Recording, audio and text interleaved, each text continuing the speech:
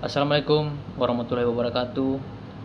Shalom, Om Swastiastu, Namo Buddhaya, Salam Kebajikan. Perkenalkan, nama saya Hendro Dinus Widono Syukur, NIM 1122-11286.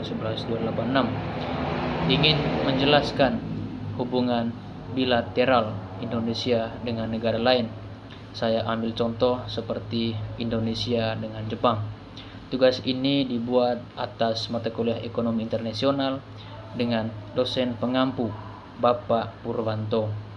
Di sini saya akan menjelaskan yang pertama neraca perdagangan Indonesia dan Jepang memiliki hubungan perdagangan yang kuat, di mana Jepang merupakan salah satu mitra dagang terbesar Indonesia.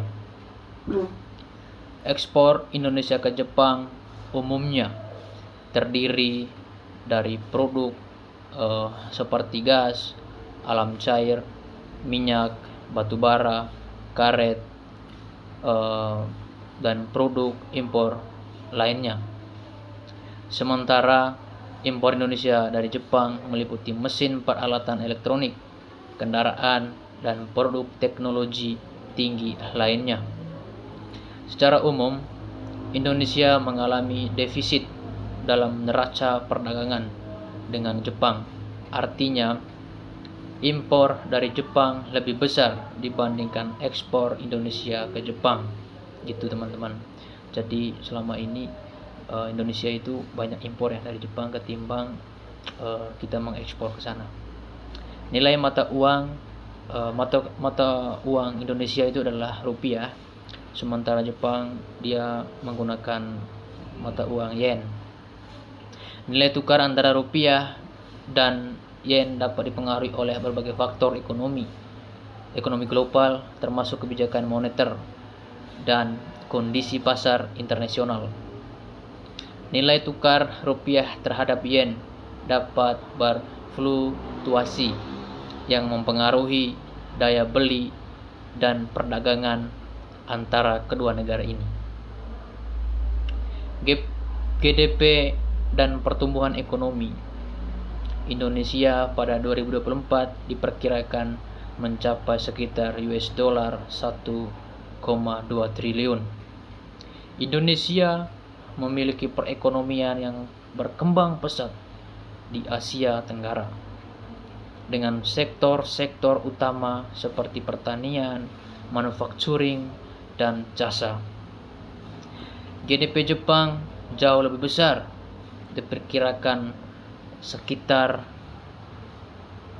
US$ atau 4,9 triliun pada 2024. Meskipun Jepang memiliki ekonomi yang lebih maju, namun tingkat pertumbuhannya relatif lebih rendah jika dibandingkan dengan Indonesia yang lebih fokus pada pembangunan dan perluasan infrastruktur serta investasi luar negeri.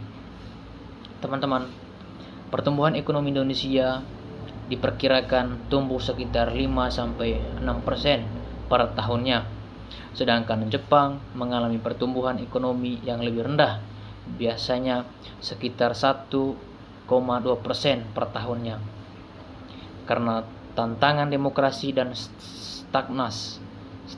stagnasi ekonomi yang lebih panjang.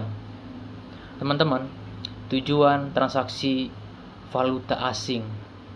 Teman-teman mungkin bertanya, apa sih transaksi valuta asing ini? Ini dilakukan dengan berbagai tujuan, diantaranya pertama itu adalah perdagangan internasional, menggunakan mata uang asing untuk membayar barang atau jasa yang diperdagangkan antara negara. Gitu teman-teman ya.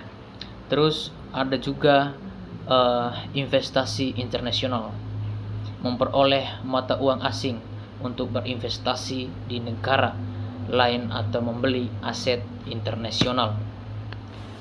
Kemudian spekulasi perdagangan mata uang dengan tujuan untuk mendapatkan keuntungan dari fluktuasi nilai tukar. lindung nilai untuk melindungi nilai aset dari fluktuasi mata uang yang tidak diinginkan.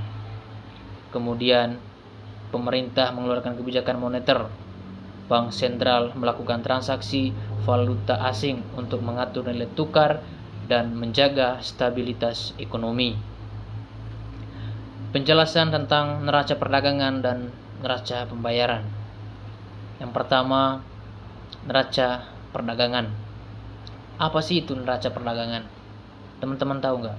Neraca perdagangan adalah bagian dari neraca pembayaran yang mencatat perbedaan antara ekspor dan impor barang suatu negara. Jika ekspor lebih besar dari impor, negara tersebut mengalami surplus perdagangan. Sebaliknya, jika impor lebih besar, negara tersebut mengalami defisit perdagangan. Neraca pembayaran Indonesia. Apa sih itu neraca pembayaran Indonesia? Itu mencatat seluruh transaksi ekonomi antara Indonesia dengan negara lain. Neraca ini terbagi menjadi dua. Pertama, neraca transaksi. Neraca transaksi barang dan jasa termasuk neraca perdagangan. Neraca modal dan finansial itu meliputi investasi langsung, portofolio, serta pinjaman internasional. Neraca pembayaran Indonesia dapat mencerminkan aliran modal yang masuk dan keluar serta pengaruhnya terhadap cadangan devisa negara. Hubungan antara neraca pembayaran, devisa negara, dan utang luar negeri. Teman-teman tahu, neraca pembayaran mencatat semua transaksi antara negara dengan negara lain, termasuk ekspor impor barang dan jasa serta aliran modal. Devisa negara merupakan cadangan mata uang asing yang memiliki negara dan dapat digunakan untuk memenuhi kewajiban luar negeri atau stabilitas nilai tukar. Devisa ini dapat dipengaruhi oleh surplus atau defisit dalam neraca perdagangan dan transaksi modal. Hutang luar negeri dapat mempengaruhi neraca pembayaran karena pembayaran bunga dan pokok utang luar negeri tercatat sebagai arus keluar dalam transaksi finansial. Jika utang luar negeri meningkat, hal ini dapat mengurangi cadangan devisa jika pembayaran utang dilakukan dalam mata uang asing. Semua ini itu saling terkait karena transaksi internasional akan mempengaruhi neraca pembayaran yang pada gilirannya itu berdampak pada cadangan devisa dan hutang luar negeri suatu negara. Begitu ya teman-teman ya. Baik, sekian video dan atas tugas mata kuliah Ekonomi Internasional, saya Hendrul Syukur. Assalamualaikum warahmatullahi wabarakatuh.